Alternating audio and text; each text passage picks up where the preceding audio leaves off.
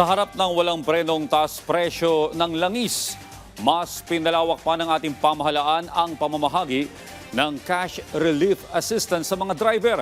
Sa katunayan, nagsimula na ang distribusyon ng tulong pinansyal sa tricycle drivers sa labas ng Metro Manila. Yan ang ulat ni J.M. Thompson.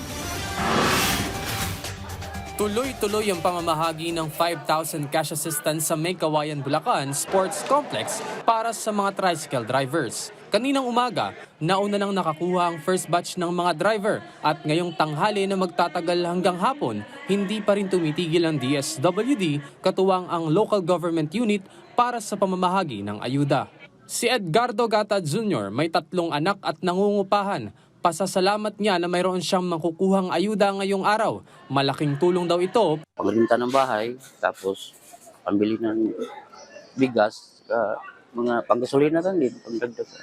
Ngayong araw, April 8, sinimula ng cash relief assistance sa iba't ibang rehiyon para sa mga tricycle drivers na bahagi ng Cash Assistance to Individuals in Crisis Situation o AICS ng Department of Social Welfare and Development o DSWD. Makatatanggap ng ayuda ang mahigit sa 300,000 beripikadong tricycle driver mula sa iba't ibang rehiyon alinsunod sa ibinabang listahan ng lokal na pamahalaan.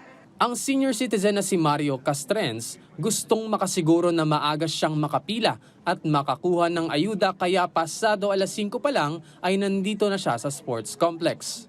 Pagkatapos kong makuha yung yung subsidy, bala kong mamasada uli.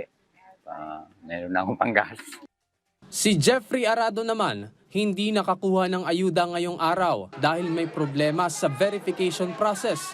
May paglalaanan na sana ang kanyang makukuhang 5,000 pisong tulong pinansyal. Bayarin na kuryente, tubig, gasolina. Wala, hindi makuha, schedule pa raw.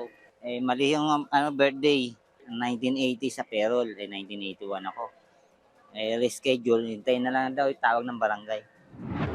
Payo ng DSWD, bago pumunta sa mga payout sites, siguraduhin na dala-dala ang mga kinakailangang dokumento gaya ng valid driver's license at photocopy nito. Kung sakali naman na magkaproblema ang iyong pangalan, bukas ang help desk para tugunan ito.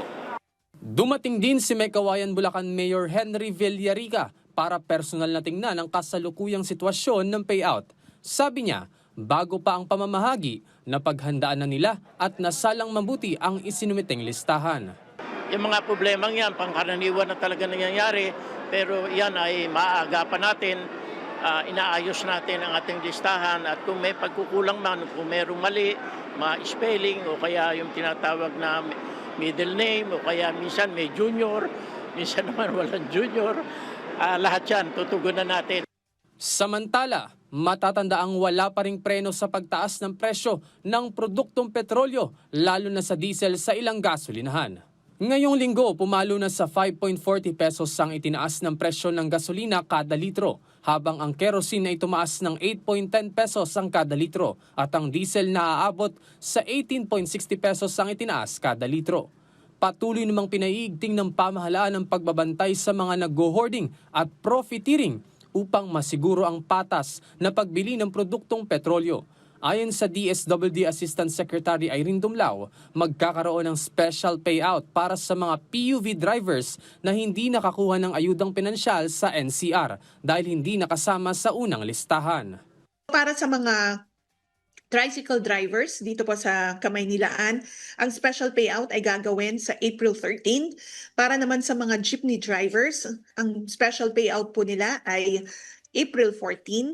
Para naman sa mga TNVS drivers, April 15. Para naman sa mga MC taxi at service delivery riders, ang special payout po nila dito sa National Capital Region ay gagawin naman from April 17 to 19. J.M. Thompson para sa Pambansang TV sa Bagong Pilipinas.